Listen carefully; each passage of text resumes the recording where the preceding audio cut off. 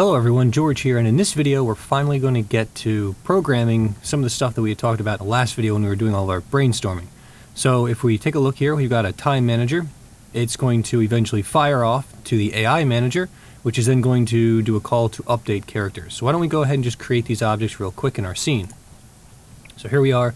Let's create a new scene, file, new scene, file, save as, and we're going to call this scenes test AI. Okay. Now in our scene, we are going to need a manager. So let's go ahead and go to GameObject, create empty, GameObject, create empty.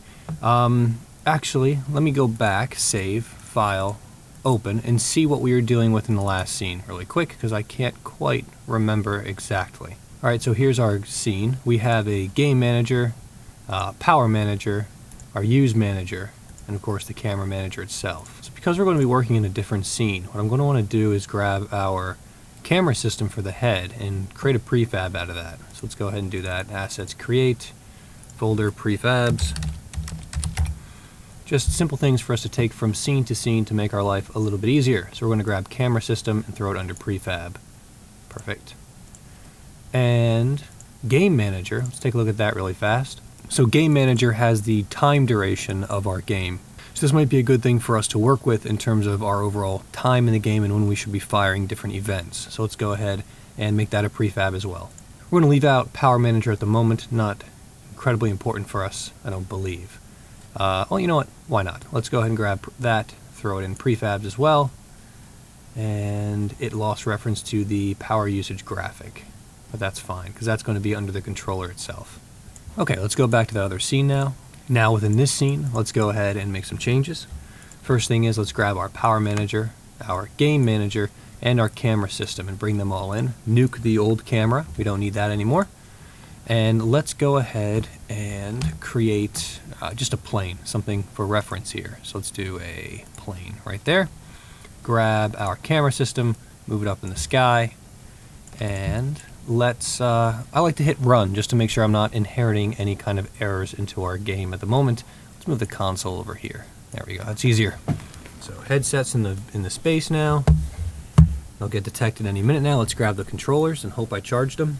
Okay, controllers are on. Headset is on. Let's see if Steam VR is seeing any of this. Yes, okay. Move this, let's hit run, see what happens here. I know I'm going to get errors because I can't find certain things, right?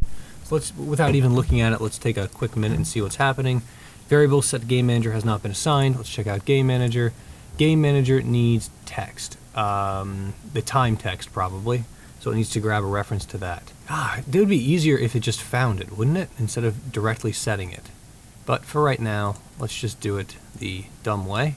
Time graphic, and then the power manager is also going to need the power graphic, not game manager, power manager, power graphic. There we go. All right, cleared out. Take another gander. No errors. That's good. Scene is clean. Controllers are good. Power's there. Everything seems to be running just fine. So this is great. This is going to serve as our test scene for creating the AI portions of everything. Let's stop the game, create a couple game objects. So we have the game manager, which is going to control time, and the game manager itself is also going to need to know when to fire off events to the AI manager. So let's go ahead and create the AI manager as well. Game object, create empty. Let's do AI manager. Game manager, if we open this up again, so here it is. So it's already got quite a bit of things going on here. Things we're going to want to consider though is how many times. So let's do a public int transitions maybe. How about min transitions, which is going to be equal to, let's say 4. And we'll do a public int max transitions, which is equal to, let's say 8. And the idea here is this is how many times, the minimum number of times we expect in the level this to happen, and the maximum number of times. And then we will randomly determine a value between those two, which will be how many times it actually will call for the characters to update themselves and move along accordingly. Scripts, AI manager, let's go ahead and create a new script for that. AI manager. All right, so in our game manager, we're actually going to want to calculate how many transitions that are going to take place. So let's do int transitions is equal to, well, nothing yet, just say 0. So transitions, not transforms, transitions is going to be equal to random range, and we're going to choose min transitions and max transitions. There we go. So this will give us a value between this range. The problem is that the value this returns is a floating point value, so we're going to want to truncate this to an integer. There we are. Now the next step is to actually determine when each of these should occur. They should be random as well. We don't want them evenly spaced throughout the entire thing. However, we don't want too much randomness. Too much randomness can cause all these events to happen at the same time, because it's, statistically, it could happen. So let's play a little game. The game is going to be that we are going to evenly place each of these transitions based upon how many transitions they are through the level, but then we're going to iterate through each transition and offset each one by an amount dependent upon how much time there is, how many transitions they are, and the amount of time between each one.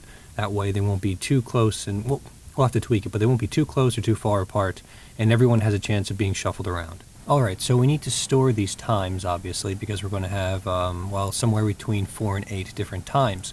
So let's create an array to store that.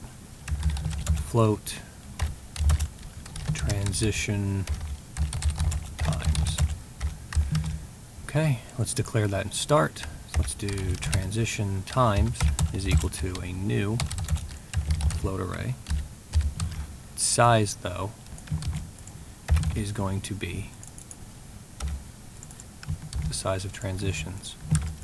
Now we're going to iterate through each one of these transitions, modify when they actually happen by some quantity that we'll calculate based on some version.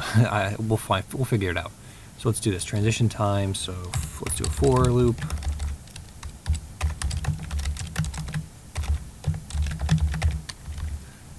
Int I is equal to 0. I is less than what is it? Transitions I++. Now there are two important cases we need to be aware of. That is the first case. We don't want the first transition time to, well, actually I'm trying to think how I'm going to do this. We need to determine the general location where the transition should occur. And if we take the total level duration, let's see here, where do we actually store the time? So here we calculate game time. But game time is a temporary variable. That's not good for us. We're actually going to want game time to be a real variable that we use later on. So what I should probably do is take game time and store this out.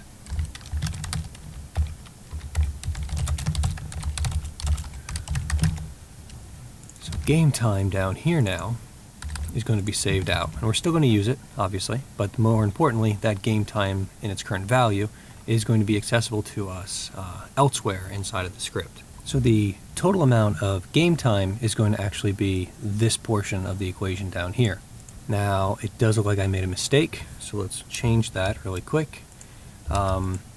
It should be level duration times 60. This is going to give us a value between 0 and 1, and then this, of course, is scaling that value. So we're going to want to take the end time minus the start time.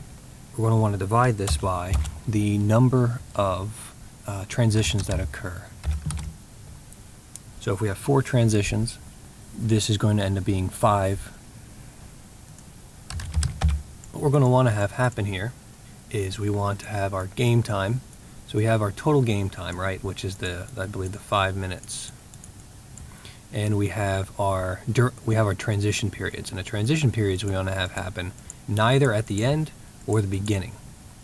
So when we divide our total amount, we're going to end up with bins. 1, 2, 3, 4, 5. 6 bins in this case for a 1, 2, 3, 4, 5 transition case. And that's exactly what we want to have happen. So what we should be doing is taking the number of transitions, plussing 1, and then of course using that value to divide by the total duration. And that'll end up giving us something like this. So let's do transitions plus 1.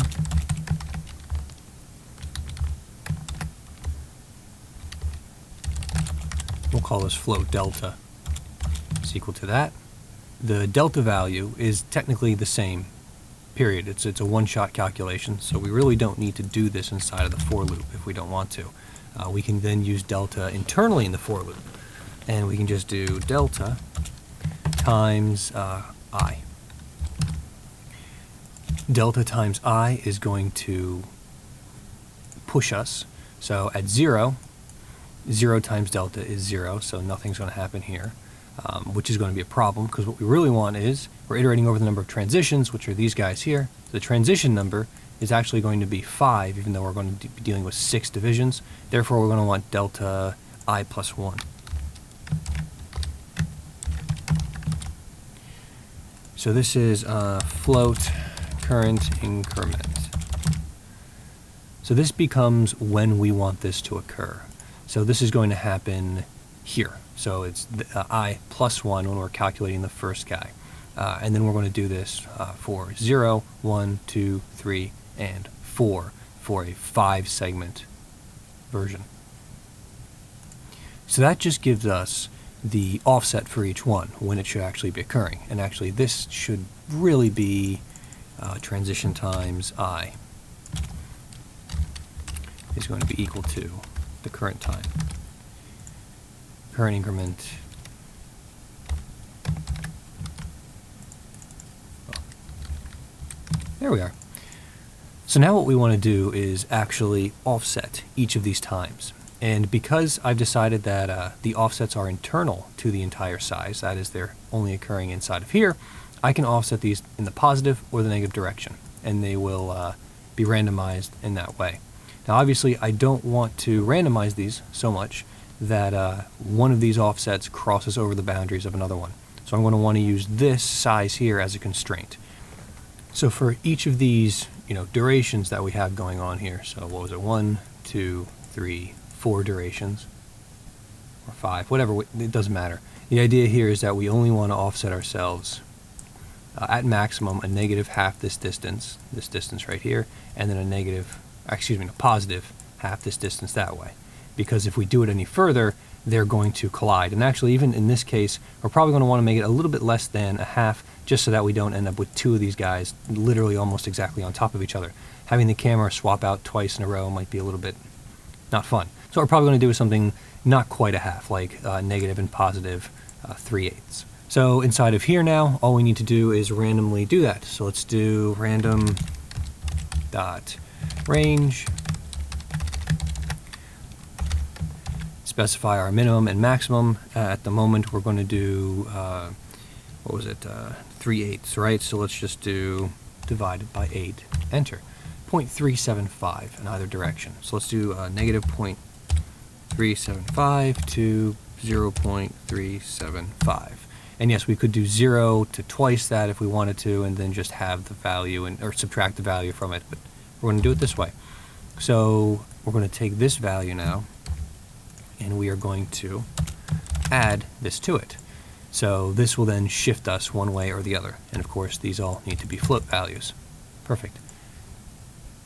And there we are. All right, so let's see what happens over here. So we have our game manager over here. We have our actual time, our transitions, and then our transition times right here. If I hit the run button, what occurs? Our sizes get created, and here are our times that we're going to have events fire off. So 1.2, 1.8, 2.8, 4.2, and 4.6. That's in game time, mind you, so that's in hours of playtime. All right, perfect. I apologize if this video seems a little bit abrupt and cut up. The reason for that is because my sons keep waking up from their naps and interrupting me in the middle of trying to finish this. So let's continue. So I just, when we ran it, we got those different transitions times. Let's take a look at it again. Because I'm not seeding things, I should be getting different values every single time, which is exactly kind of what I want, at the moment at least. Let's stop this and run it again. Now I'm only getting sizes of 4. Am I? No, there's a 6, but we are running into a problem here. With the size of 6, we've got some bad values, and bad values, of course, means that my math is bad. So let's go ahead and take a look at that really fast. Probably because I was trying to figure this out while my sons were continually waking up, I messed something up. So I have an end time and a start time. That always stays the same. Transitions plus 1 should stay the same. And that gives us our delta value. Now we're going to increment over all of our transitions, the number of which we determine up here, which is a random range between our minimum and our maximum value. In the case of that one that just messed up, that was 6. So we're going to go to the 0th element, and we are going to do delta times 1 plus. So that gives us our first value, and then we have our random.range. The problem here is that random.range is based on these values here. These values should actually be multiplied by the transition time between each element. That is the delta value between each element. So let's do that really quick. So there we go, times delta and times delta. Okay, with that fix, things should work. Let's jump back in, hit run. There we are. We're at 5. Everything looks fine. Let's do 6 now. There's 7, and 7 did not work at all. So there's something else we got to think about. So 7's a joke. Let's hit it again. 7 is a joke again. Hit it run again. And 6 is a joke. Running again. And 5 worked. Interesting. 4 works. 5, 6. So 6 and above is wrong. So here's an interesting problem. Integer, integer, integer. So let's do this. Let's convert this value over to a float and see if that fixes things. Yep. So the problem was that I was dividing, and I was getting a value, an integer value, and based upon what I was dividing by, I was either going to get something or get nothing. So here 7 works. And there's 6. Okay, great. Let's try to get an 8. Now, if we want to as well, if we're concerned about these clashing too closely to one another, we could always do a second pass afterwards, check to see how much delta is between each one of these, how much difference, and if it's not enough, just, manually forcing it to push that time further back. But I'm happy with it for the moment. So the next thing we need to do is during update, we need to see which transition time we're currently on. We need to be checking that current time, or the time that we should be firing next, with the actual game time that we're storing here. And if we hit this time increment, then we need to fire off our AI to change things. So let's implement this after all the clock stuff. So we're going to want to store the current transition we're on. So let's do a private current transition. We're going to set that equal to 0. And that needs to be an integer value because we're going to use that to index in. What we're going to do now is see whether or not GameTime has passed that current transition. So if GameTime is greater than or equal to, let's see, transition times current transition, we are then going to first increment our current transition, plus plus. After we've incremented, we then want to fire off to the AI manager that it should do a transition. So let's actually, before we can do that, we need to jump back into Unity real quick. Let's find our AI manager. AI manager right there. Come on, there you go. Open up the script, and let's make this easily accessible by making this static. Let's do public static AI manager instance, and I like to do it in awake. Let's do instance is equal to this. Great. So now under GameManager we can call that. So let's just do AI manager dot instance dot, oh well, we don't have any dots yet. Let's add that function. So let's go up here and do a public void update character. No, not update, because that could mean a lot of things. Let's do transition occurred, something like that. That's fine. I don't like the name. We'll deal with it later on. All right, sorry about that. That was about a 4-hour gap between the last thing I typed and right now, due to a lot of extenuating circumstances. But anyway, we've put in a transition occurred public function that currently does nothing. And when this gets called from the game manager down here, which we'll do now, transition occurred. There we go. So we potentially are going to want to pass in that game time. Although we could probably just get the current game time from the game manager anyway, so long as we didn't make it, well, we can make an accessor to it. So there's no reason to necessarily do that. But anyway, when transition occurs, well, we now have to determine what that's actually going to do. And there's two things it's going to do. We talked about nodes, so let's go ahead and just place some nodes around the scene, and we're going to designate nodes with spheres. Let's do that. So let's take a couple spheres. Control D. No, because it renames things in a stupid way. All right, Control D, Control D, Control D. There we go. And rename 2, 3, 4, and 5. Okay, so here's our nodes for our system. The nodes themselves are just going to be placeholders for things. We also need to define connections between these nodes. So the nodes themselves, upon arrival at a node, what's important to understand is that the character state needs to change. Not only is the position of the node important for placing the character, as well as the orientation of the node, but you know what? We should probably change some of these orientations while we're at it. So let's just do this.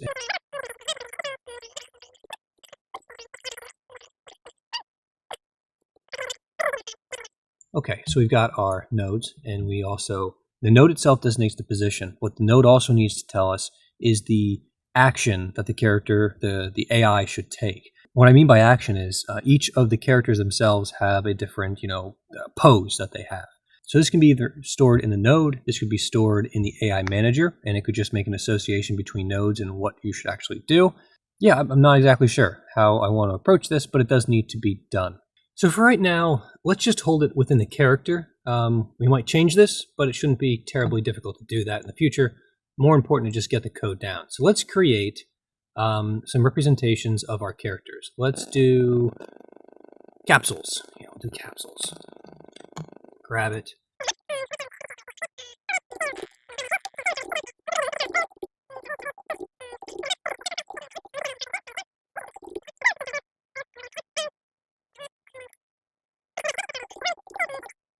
All right, so the characters' positions are going to need to move to the correct location.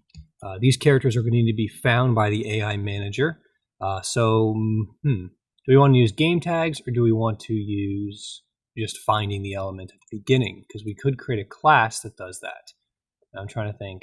We're going to need a class for each character. That much is certain, because each one is going to control the animation state of that character at that location. But for right now, let's use tags. So let's create a tag, and let's call this Animatronic. There we go. Let's grab all of these guys and set them to the Animatronic layer. Or tag, excuse me, not layer. Okay, so we've got all of our animatronics now. I'm stalling slightly because I'm trying to think of the pros and cons between putting things in AI Manager or creating the separate character scripts that are going to control more information about the character, I guess is the right way to put it. And I'm already stemming towards creating a new script called create C# script animatronic.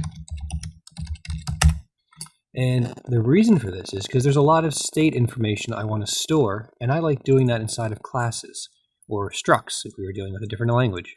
So let's create a public game object start location. That's just going to be assigned per character, I suppose. Next up is we're going to need that list of nodes, right? Actually, no. We are going to want the weights, the list of weights. But it's not just weights, it's actually going to be... So we need not only weights, but we also need actions that the character takes at each location.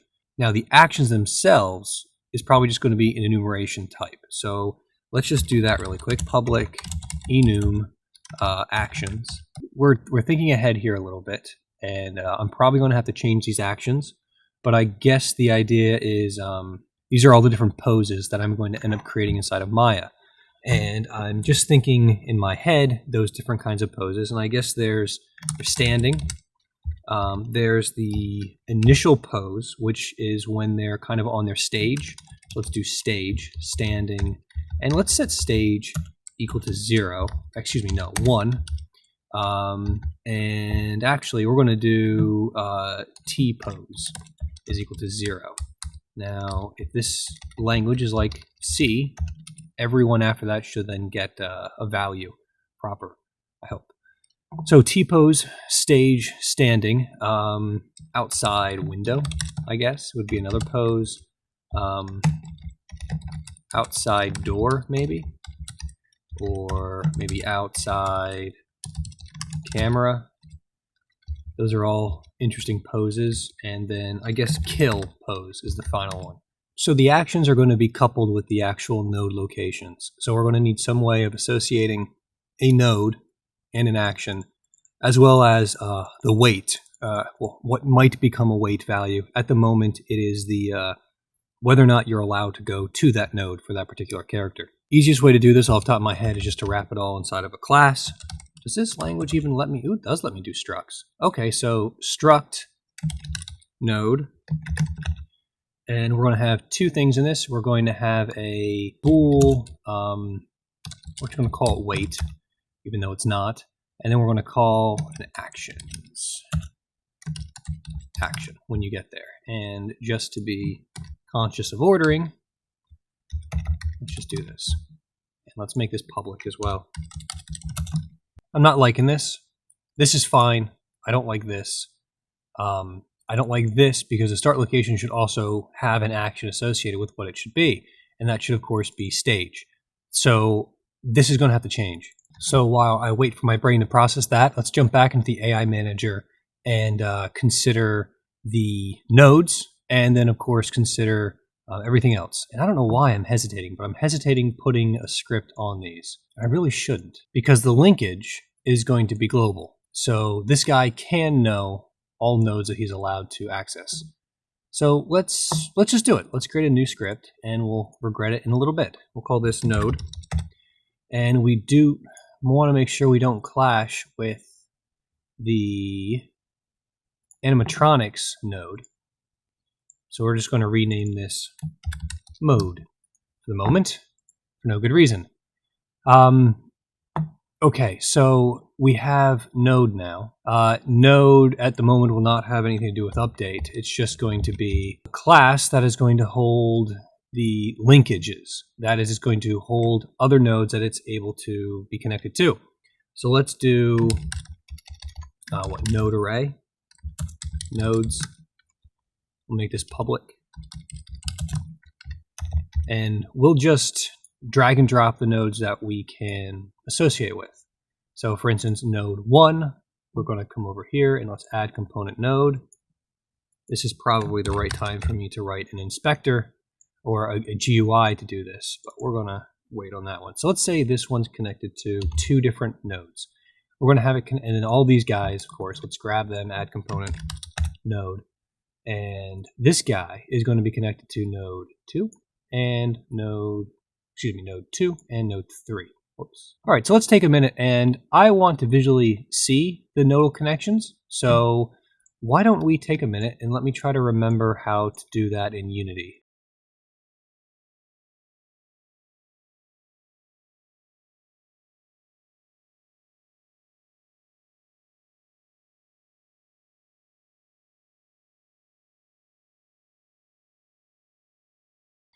So from what I just read, apparently we can use on-draw gizmos to draw things into the virtual world. This is probably not the best way because I'm almost positive there's another way of doing this. It's been a while for me. So let's use on-draw gizmos. So let's do public, actually just void on-draw gizmos.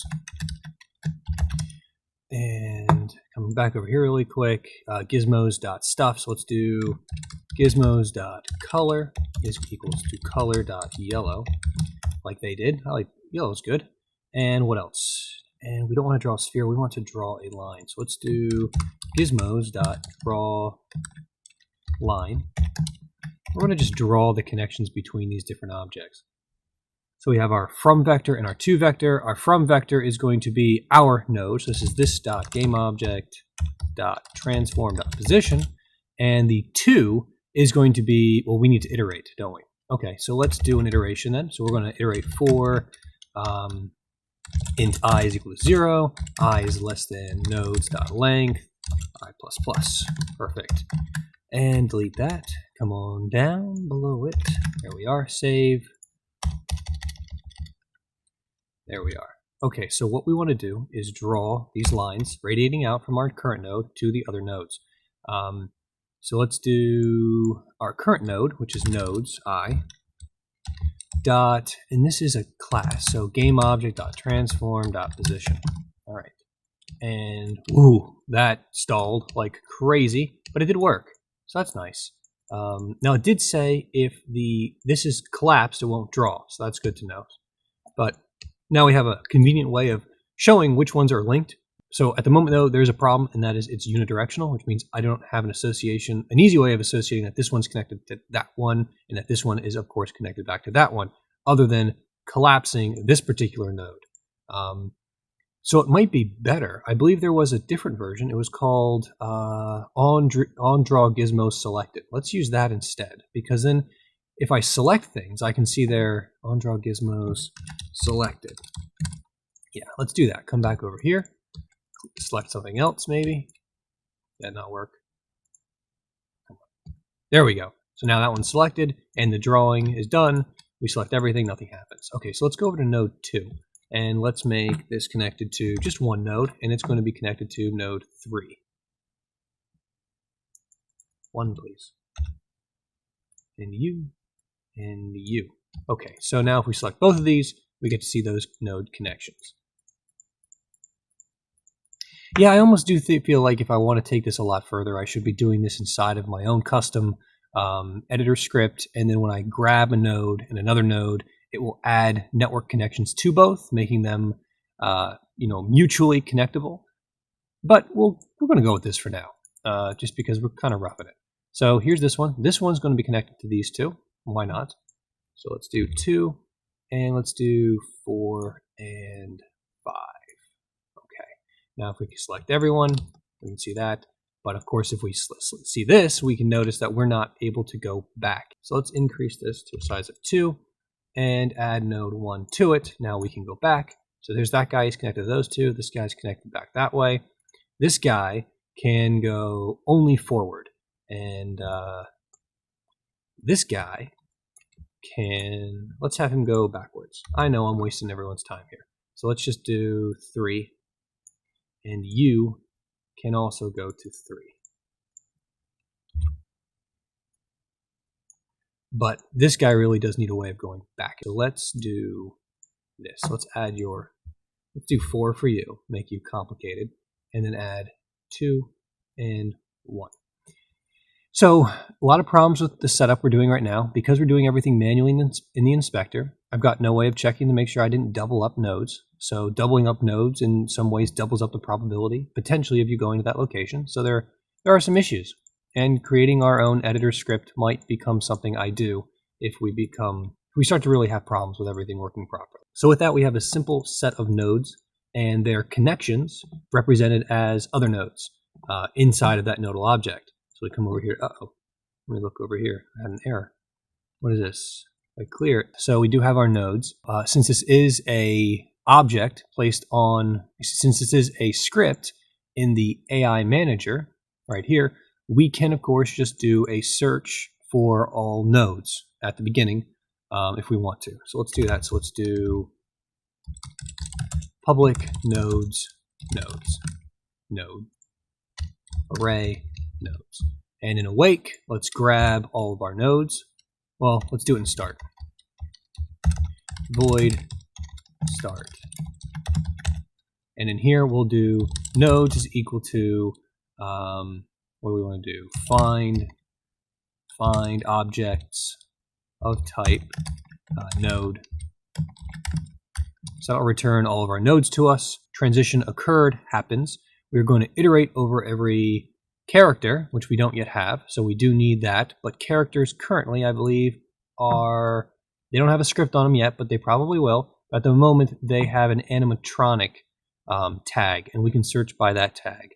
Let's just do public for now. Public game object animatronics. And this needs to be an array of game objects. Animatronics are going to be grabbed here as well. So animatronics is equal to find objects. No. Game object dot find object. Find game object with tags. Find game objects. Game objects with tag. And that tag is is, let's make sure it's correct. Anima add tag. I'm just going to copy this because if I spell it wrong once, I'll probably spell it right everywhere else. So let's just be the same everywhere. So there we go. So now we'll get all of our animatronics, and in transition occurred, let's iterate over all of our animatronics. So we'll do animatronics dot, they're going to need a script on them because I got to call the right thing. So let's put that loop in for let's see, int I is equal to 0, I is less than animatronics dot length, and then I plus plus, and then in here, let's just put a note to ourselves, call functionality on animatronic. But we're also going to need to, so I guess, should we do it or should we leave it up to the animatronic to do it? Get weights from animatronic. Determine valid paths of select valid path, and then move animatronic and set state. That's what we'll end up doing, something along those lines.